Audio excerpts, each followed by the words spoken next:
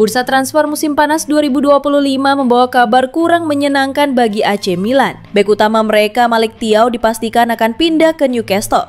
Situasi ini membuat Milan mau tidak mau harus bergerak cepat untuk mencari penggantinya. Menurut laporan Gazzetta dello Sport, Milan saat ini menjadikan Conny De Winter dari Genoa sebagai target prioritas. Bek asal Belgia ini dianggap memiliki karakter permainan yang cocok untuk mengisi posisi yang ditinggalkan Thiaw. Namun Inter Milan dikabarkan juga tertarik memboyong De Winter, sehingga potensi adu cepat di bursa transfer bisa terjadi. Milan sendiri disebut sudah melakukan pendekatan awal kepada Genoa. Negosiasi kemungkinan akan berlangsung dalam waktu dekat untuk memastikan peluang mendatangkan sang bek.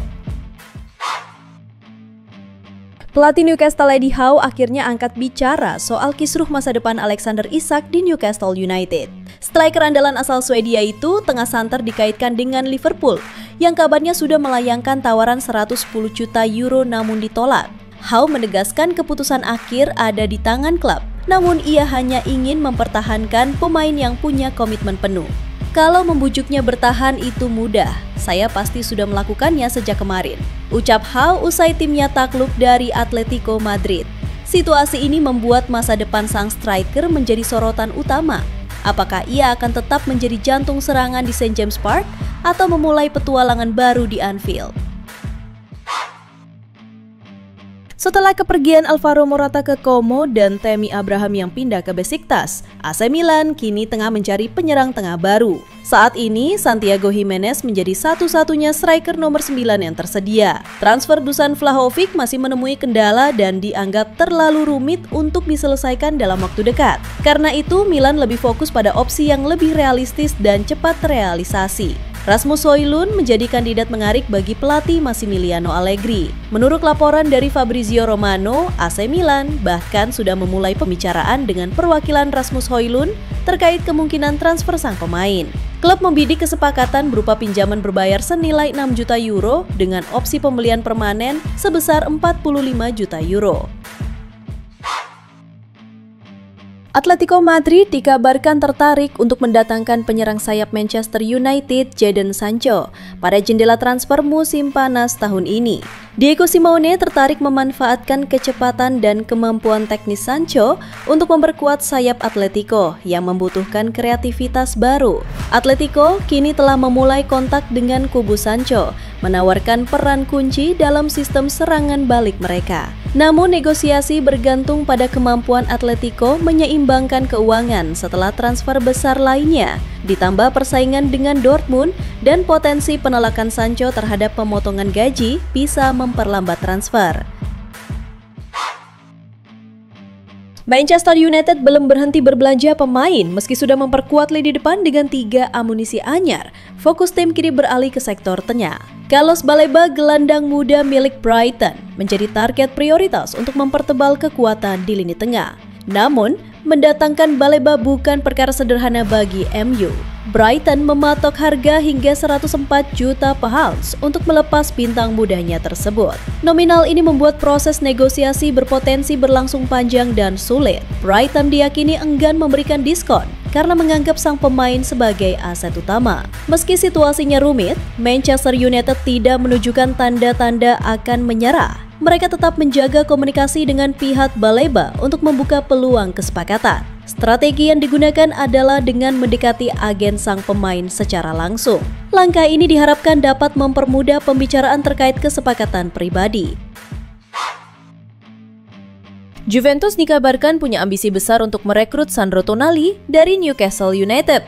Menurut laporan media Italia La Gazzetta dello Sport, Juventus melihat Tonali sebagai target impian. Namun transfer ini tidak akan mudah karena Newcastle United mematok harga tinggi untuk pemainnya. Newcastle dikabarkan menolak untuk menjual Tonali dan menilainya lebih dari 55 juta euro. Oleh karena itu, mereka mempertimbangkan menawarkan Dusan Vlahovic sebagai bagian dari kesepakatan tukar pemain agar bisa mencapai kata sepakat. Levi Colwill dipastikan akan absen dalam waktu lama setelah mengalami cedera ACL usai kembali dari liburan musim panas. Cedera ini diperkirakan membuat bek jebolan Akademi Chelsea itu akan absen hingga akhir musim 2025-2026. Situasi ini membuat Maresca meminta bek baru ke manajemen klub. Permintaan itu membuat manajemen Chelsea bergerak cepat mengidentifikasi bek yang akan direkrut. Dari sekian nama, manajemen klub asal London Barat itu mengagumi sosok Piero Hincapié dari Leverkusen. Pemain asal Ekuador itu dinilai punya karakter yang sama dengan Colwill yang mengisi pos bek tengah kiri dalam skema Maresca. Namun untuk memboyong Piero Hincapié, The Blues harus siap merogoh kocek dalam-dalam. Pasalnya, bek berusia 23 tahun itu masih terikat kontrak dengan The Works Self hingga Juni 2029 atau masih menyisakan 4 tahun. Klub Liga Inggris Arsenal dikabarkan telah mencapai kesepakatan dengan Crystal Palace untuk memboyong Eberechi Eze di bursa transfer musim panas ini. Menurut laporan Football Transfers, Arsenal dan Crystal Palace telah sepakat terkait nilai transfer Eberechi Eze sebesar 55 juta pound sterling. The Gunners disebut akan membayar 30 juta pound sterling di muka, dengan sisanya dilunasi kemudian. Eze sendiri sudah menyetujui persyaratan pribadi dan bersemangat untuk bergabung dengan Arsenal demi bersaing di Liga Inggris dan Liga Champions musim depan. Meski demikian, langkah resmi belum terjadi karena Palace belum menemukan sosok pengganti yang dianggap sepadan.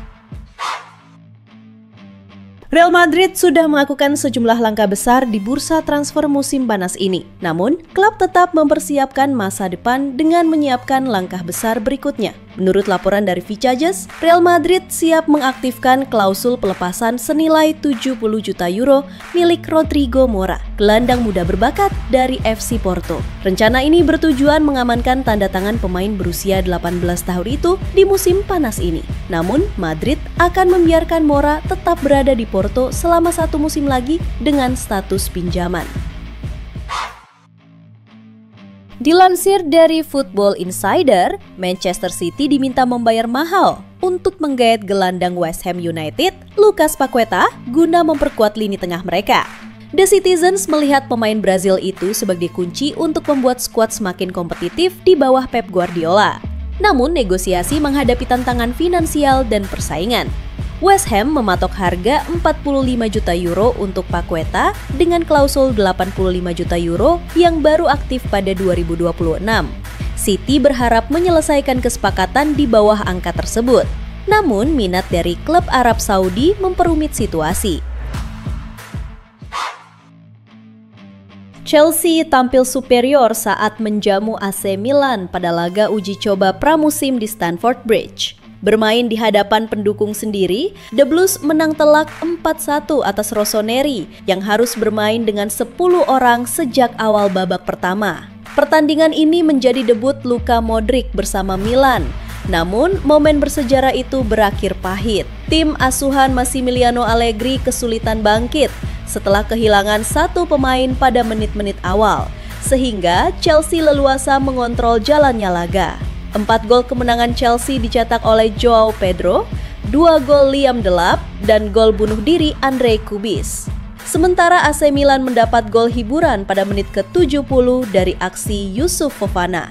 Kemenangan ini menjadi modal berharga bagi Chelsea menjelang laga pembuka Liga Inggris melawan Crystal Palace pada 17 Agustus 2025. Sementara itu, AC Milan akan menghadapi Bari di ajang Coppa Italia pada tanggal yang sama.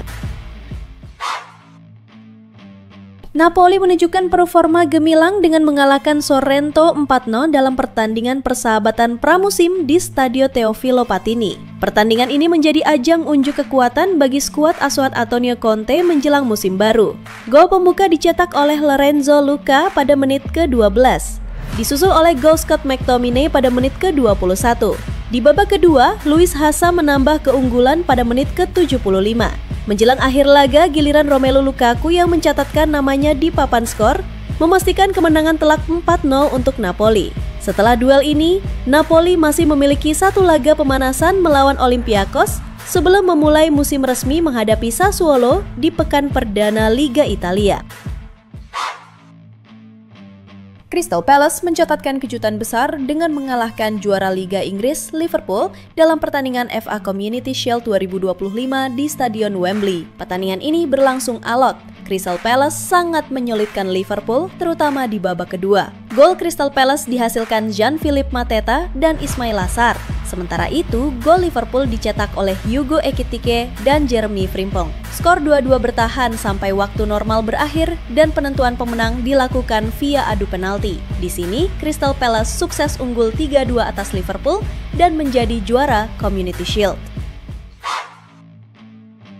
Barcelona menunjukkan performa gemilang dengan mengalahkan Como secara telak 5-0 dalam laga final Johan Gamper Trophy 2025 yang digelar di Stadion Johan Cruyff. Fermin Lopez dan Lamine Yamal menjadi bintang di laga ini, masing-masing mencetak 2 gol. Fermin membuka keunggulan pada menit ke-21 dan menambah gol keduanya di menit ke-35. Raphinha turut menyumbang 1 gol di menit ke-38, sementara Yamal mencetak gol pada menit ke-42 dan 49. Kemenangan ini menjadi sinyal positif bagi Barcelona menjelang musim baru, sekaligus memperlihatkan potensi besar para pemain muda seperti Lopez dan Yamal di bawah arahan Flick. Juventus berhasil mengalahkan Borussia Dortmund dengan skor 2-1 dalam pertandingan persahabatan pramusim yang digelar di Signal Iduna Park. Laga yang disaksikan lebih dari 80.000 penonton ini menjadi momen spesial sekaligus perpisahan bagi bek Dortmund, Mats Hummels, yang tampil sebagai starter untuk terakhir kalinya. Andrea Cambiaso menjadi bintang lapangan dengan mencetak 2 gol untuk Juventus. Gol pertama tercipta pada menit ke-16, disusul gol kedua di menit ke-53. Dortmund baru mampu membalas lewat gol telat Maximilian Bayer pada menit ke-89, namun itu tak cukup untuk menyamakan kedudukan. Pertandingan ini menjadi bagian dari persiapan kedua tim jelang musim kompetisi baru. Juventus menunjukkan performa solid, sementara Dortmund meski kalah tetap memberikan perlawanan sengit di hadapan pendukungnya sendiri.